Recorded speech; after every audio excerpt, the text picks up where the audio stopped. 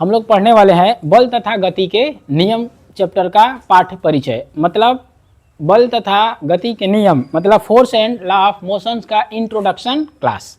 ये complete introduction class होने वाली है और इस क्लास में हम लोग कौन कौन सा टॉपिक पढ़ने वाले हैं उस टॉपिक के बारे में पूरा डिस्कशन करने वाले हैं। ठीक है, ये इंट्रोडक्शन क्लास है, फिर से ध्यान रख लीजिए कि बल तथा गति के नियम वाले चैप्टर में क्या क्या पढ़ना होता है। बल तथा गति के नियम, बल को इंग्लिश में क्या कहते हैं? फोर्स। क्या कहते हैं? फोर्स। और गति के नियम को क्या बोलते हैं? Law of motion. क्या बोलते हैं?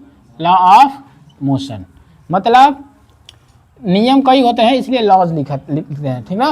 Laws of motion, force and laws of motion, बल तथा गति के नियम। इस चैप्टर में हम लोग पढ़ने वाले हैं, पहला टॉपिक ही पढ़ेंगे। पहले बल है तो इसलिए पहले हम क्या पढ़ेंगे? बल पढ़ेंगे। क्या पढ़ेंगे? बल पढ़ेंगे। फोर्स पढ़ेंगे। फोर्स क्या होता है इनके बारे में संपूर्ण रूप से जानेंगे। जो टॉपिक आ गया उसका एकदम पोस्टमार्टम कर देंगे हम लोग, खूब बेहतरीन तरीके से, एकदम चीर फाड़ के चीर हरण कर देंगे उसका, ठीक है ना? उस तरह से पोस्टमार्टम करेंगे। बल टॉपिक आ जाएगा तो बल टॉपिक को एकदम पोस्टमार्टम करेंगे। क्या होता है बल? क्या होता है? एक न्यूटन बल क्या होता है? बल की परिभाषा क्या होती है? एक न्यूटन बल क्या होता है? न्यूटन क्या होता है? ठीक है ना? अब इसमें बल के प्रकार भी जानेंगे हम लोग कि संतुलित बल क्या होता है, संतुलित बल क्या होता है, असंतुलित बल क्या होता है। संतुलित बल हो गया, असंतुलित बल इसको बोलते हैं बैलेंस्ड फोर्स और असंतुलित को बोलते हैं अनबैलेंस्ड फोर्स। बल धक्का या खिंचाव को हम बल कहते हैं। तुमको एक झापड़ मारे, मार खींच के एक झापड़, चोट लगा कि नहीं? ऐसे एक एक झापड़ मार के देख लो, सब लोग अपने से मार के देखो अपने आप को, चोट लगती है? तो बल जहाँ लगेगा वहाँ चोट लगेगी। लगी? हाँ, लग रही है कि नहीं लग रही है? लग रही है ना? अच्छा, अब एक दूसरे का हाथ पकड़ के खींचो। दो लड़का खड़ा हो, खड़ा जल्दी, अपना हाथ पकड़ के खींचो। दो लोग हाथ ऐसा कर लो, ऐसे ऐसे ऐसे करके देख लो, चाहे हाथ पकड़ के खींच लो, खींच के देख लो। देखोगे कि एक होगा कि हाथ खींचे ऐसे करेगा ना तो जिसका पंजा लड़ाएगा मजबूत होगा तो ये पटक जाएगा इधर, एगो पटकेगा एगो पटका जाएगा, तो वो हो गया। एगो होगा कि जब दोनों का बल बराबर रहेगा तो दोनों एकदम हिले डोलेंगे नहीं। जैसे मान लो कि हाथ है, आओ इधर आ जाओ, खटक से आ जाओ। ये हमको खींच रहा है, क्या कर रहा है? ये खींच रहा है, खींच रहा है ना? इधर आ जाओ। ये क्या कर रहा है? ये खींच रहा है, ऐसे पकड़ ले, ये खींच रहा है। अगर हमारा बल और इसका बल, दोनों का बल अगर बराबर हो तो बल कौन सा होगा? संतुलित बल होगा।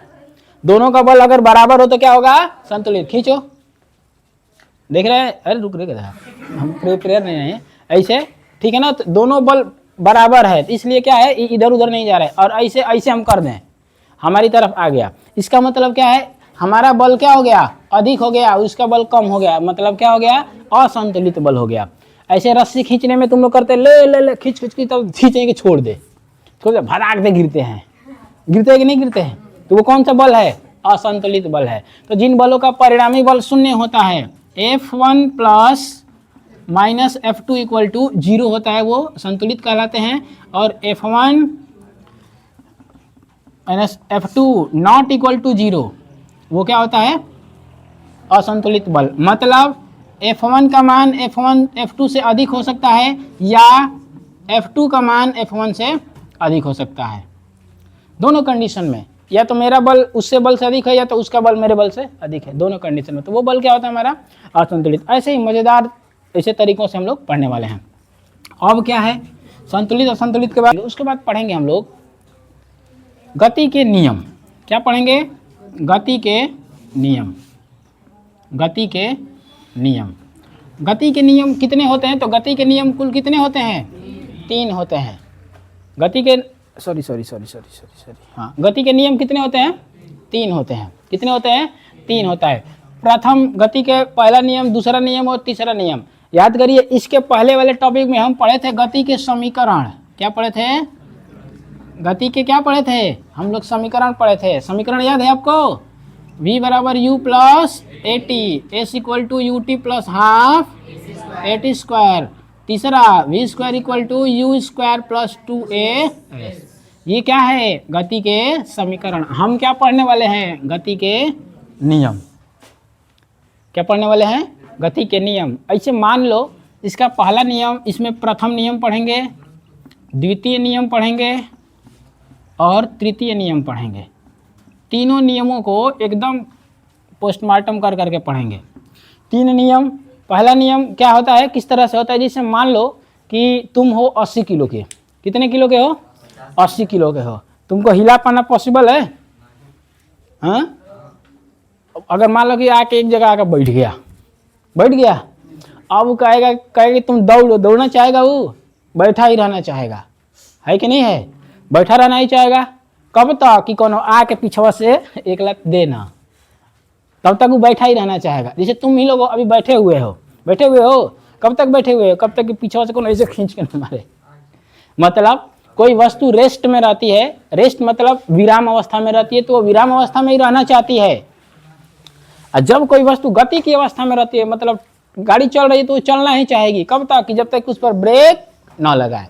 तो जब कोई वस्तु विराम अवस्था में रहती है तो विराम अवस्था में रहना चाहती है, गति की अवस्था में रहती है तो गति की अवस्था में ही रहना चाहती है। मतलब अपनी अवस्था बनाए रखती, अपने अवस्था को बनाए रखना ही चाहती है। ये नियम होता है पहला नियम। और इसी नियम को क्या कहते हैं? जड़त्व का नियम कहते हैं। इसका नियम कहते हैं जड़त्व। और जड़त्व क्या होता है? जड़त्व इनर्शिया बोलते हैं इसको। इंग्लिश में क्या बोलते हैं? इनर्शिया। जड़त्व क्या होता है? तो गति का पहला नियम ना, वो जड़त्व का भी नियम होता है। अपनी अवस्था को बनाए रखने की प्रवृत्ति को क्या कहते हैं? जड़त्व कहते हैं। मतलब जड़त्व डायरेक्टली निर्भर करता है उसके द्रव्यमान पर। किस पर निर्भर करता है? द्रव्यमान पर। जितना द्रव्यमान अधिक, उतना है उसका जड़त्व भी क्या होगा? अधिक होगा। उदाहरण भी पढ़ लेंगे हम लोग, ठीक है ना? जड़त्व के उदाहरण भी पढ़ लेंगे। ढेर सारे उदाहरण होते हैं। जैसे तुम लोग बैठे रहते हो, गाड़ी में बैठे रहते हो, चल रही है, अचानक ब्रेक मार दिया, खट दे लड़ जाते हो। लड़ते हो कि नहीं लड़ते? फिल्मों में देखे हो ऐसे? गाड़ी चल रहा है, कभी चल रही है कि मारते छटाक से इधर, जब मारेगा गाड़ी मोड़ेगा इधर तो तुम जाओगे इधर। जाते हो? क्या स्थिति है? ये सारी चीज़ों को हम लोग डिस्कस करेंगे। अब अचानक बैठे हो, चुपचाप ऐसे बैठे हैं, बॉस अचानक चल पड़ा, खट दे पीछे की ओर लड़ोगे। लड़ते हो? रुकेगा तो आगे की ओर, चलेगा तो पीछे की ओर। क्यों भाई? क्या कंडीशन है इसका? सारी चीज़ों को हम डिस्कस करने वाले हैं इस टॉपिक में। अब सीखिए दूसरा नियम पढ़ेंगे हम लोग। इसमें जो परिणाम होता है संवेग परिवर्तन की दर के क्या होता है? जो किसी वस्तु पर लगने वाला बल होता है ना, वो संवेग परिवर्तन की दर के क्या होता है? बराबर होता है। अर्थात इसका जो निष्कर्ष आता है ना, F = m/a आता है। बल का यही सूत्र है। ये क्या है? बल का यही सूत्र है। गति के द्वितीय नियम से निकलता है बल। गति का द्वितीय नियम का परिणाम यानी रिजल्ट क्या होता है? बल होता है। F = m/a। a होता है F क्या होता है? तो बल होता है, m द्रव्यमान होता है और a क्या होता है? त्वरण होता है। a क्या होता है? त्वरण। बल बराबर होता है द्रव्यमान गुणे त्वरण। यहीं से आता है। हम आपको बताएंगे कि आप गद्दे पर गिरते हैं तो आपको चोट नहीं लगती है, जमीन पे गिरते हैं तो चोट लगती है। बोलो, छत पर से कूद जाओगे डायरेक्ट जमीन पे तो चोट लगेगी ना? यही भुवना सब फूट जाएगा, ठेवना सब आगे कटोरी बाहर निकल कर डांस करने लगेंगी। नहीं, अभी रुक जाओ, पढ़ाने के मूड में है। फिर अगर तुम वही छत पर से पुअरा पे कूदते हो तो चोट लगती है? बोलो, नहीं लगती है ना? लगती है बाबू। पानी में कूदते हो तो लगती है? हाँ, पानी में कूदते हो सीधा तो लगेगी, इस जगह धागा ये छापा के पेटवा के भरे गिरेगा तब ना लगेगी। ऐसे चोभा मारते हो तो लगती है? नहीं लगती है, नहीं लगेगी। रीजन क्या है? जानते हो क्या रीजन है? रीजन ये है कि ये टाइम है। समय बढ़ा दोगे तो बल का मान क्या हो जाएगा? कम हो जाएगा। समय बढ़ जाएगा तो बल का मान क्या आएगा? कम। व्युत्क्रम है कि नहीं है? टाइम को बढ़ाते हैं। क्रिकेट खिलाड़ी देखते हो, जैसे कैचवा आएगा रोके खड़ाक धरता पीछे करेगा, ऐसे आएगा फटाक में पीछे करेगा। करता है? क्यों करता है? यहाँ पकड़ के उसका टाइमिंग बढ़ा रहे हैं हम। यहाँ पकड़े, यहाँ टाइमिंग बढ़ाए, टाइमिंग नहीं बढ़ाए तो चटाक दे लगेगा। लगता है कि नहीं लगता है? लगता है। बोलो, सब कुछ डिस्कस करने वाले हैं इसी टॉपिक में। मजेदार है कि नहीं? एकदम है ना। अब देखो ये तीसरा का समीकरण को समझो किस तरह से, जैसे तुम अगर दीवार पे एक एक झापड़ मारो सब लोग, मार तेज मार, ऐसे ही कर रही फूल की तरह मत मार, तेज मारो उसको, मारो दीवार पे तेज मारो। तुमको चोट लगेगी कि नहीं लगी, लग रही है कि नहीं लग रही है। अर्थात जब हम किसी पर बल लगाते हैं तो वह वस्तु भी उतना ही बल हमारे ऊपर भी लगाती है, तभी तुमको चोट लगी है हाथ में। तुम दीवार पे चोट लगाई ना, इसे मारी ना, वो भी तुम पे बल लगाया, चोट लगा कि नहीं लगा। अच्छा हाँ बिल्कुल लगता है। जैसे तुम लोग चलते हो, जमीन को जितना तेज पीछे खींचते हम लोग पैर से दबाते हैं ना, उतना ही जमीन हमको आगे फेंकता है, तो हम आगे की ओर बढ़ते हैं। किस नियम से, तृतीय नियम। इस नियम को कहते हैं क्रिया प्रतिक्रिया का नियम। क्या कहते हैं, क्रिया प्रतिक्रिया का नियम। क्रिया प्रतिक्रिया का नियम मतलब एक झापड़ तुम मारो, जितना तेज मारोगे उतना तेज तुमको भी चोट लगेगा। किसी को रिटर्न में ऐसे समझ लो कि किसी को दुख तकलीफ दोगे तो वो भी तुमको उतना ही दुख तकलीफ देगा, दुख तकलीफ देगा उतना ही। तो दुख तकलीफ देना है किसी को, न देना है न लेना है, सीधी बात। तो क्रिया प्रतिक्रिया नियम, नाव से चलते हो, नाव पे कितने लोग नाव पे बैठे ही बता दो, नाव पे बैठे हो, अरे दादा। कितने लोग जब किनारा आ गया है तो नाव से कूदे हो, किनारे पर नाव लगा देता है ना तो उससे कूदते हो, तो कितने लोग कूदते हुए पानी में गिर गए हैं। होता क्या है, प्रत्येक क्रिया के बाद उसमें प्रतिक्रिया होती है। देखो जैसे हम पानी में कूदे, जैसे पानी में कूदे तो नाव को पीछे की ओर धक्का दिए, नाव हमको किधर धक्का देगी, आगे की ओर। नाव चली गई कहाँ, पीछे, तो दूरी हमारी बढ़ गई कि नहीं बढ़ गई, बढ़ गई ना। तो कूदे तो तुम सोचोगे कि हम अब तो किनारे पे कूद रहे हैं, तुम गिर जाते हो पानी में टप दे।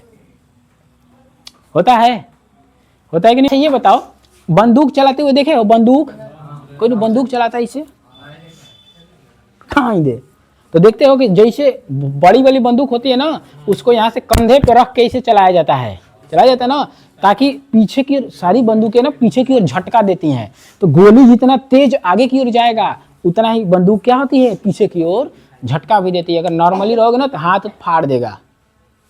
होता है कि नहीं होता है, चोट लग जाती है कि नहीं लग जाती है। तुम लोग देखना किस नियम से, जितना गोली आगे की ओर तेज गई है वेग उतना ही बल क्या होगा, पीछे की ओर लगेगा। तो इसको क्या कहते हैं, क्रिया प्रतिक्रिया का नियम कहते हैं। समझ गए।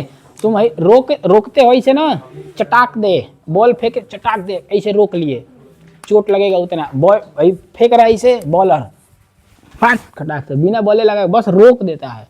फास्टर बॉलिंग पे देखते हो कि जैसे फास्ट बॉलिंग कराते हैं तो फास्टर पे खाली पकड़े तो स्पीड पकड़ लेता है।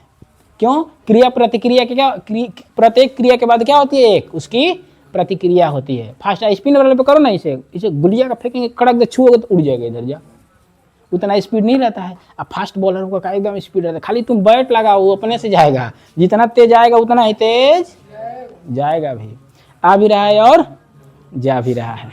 ठीक है, तो बस यही है। इसी गति के नियमों का खूब विस्तृत व्याख्या हम लोग करने वाला है इस चैप्टर में। ठीक है ना, समझ गए कि नहीं समझ गए। आपको आइडिया लग गया होगा कि इस चैप्टर में क्या क्या पढ़ना है। ठीक है, और कोई टॉपिक छूटा इसमें, नहीं छूटा है ना। ठीक है, जड़त्व और द्रव्यमान सब बताएंगे, और इसके बाद अगला चैप्टर होगा हमारा गुरुत्वाकर्षण। चैनल को अगर चैनल पे पहली बार आए हैं तो चैनल को सब्सक्राइब करिए, लाइक करिए, और जो कुछ भी नहीं समझ में आता है उसमें आप अपनी प्रतिक्रिया दे सकते हैं नीचे कमेंट बॉक्स में कमेंट करके। मिलते हैं नेक्स्ट क्लास में। जय हिंद।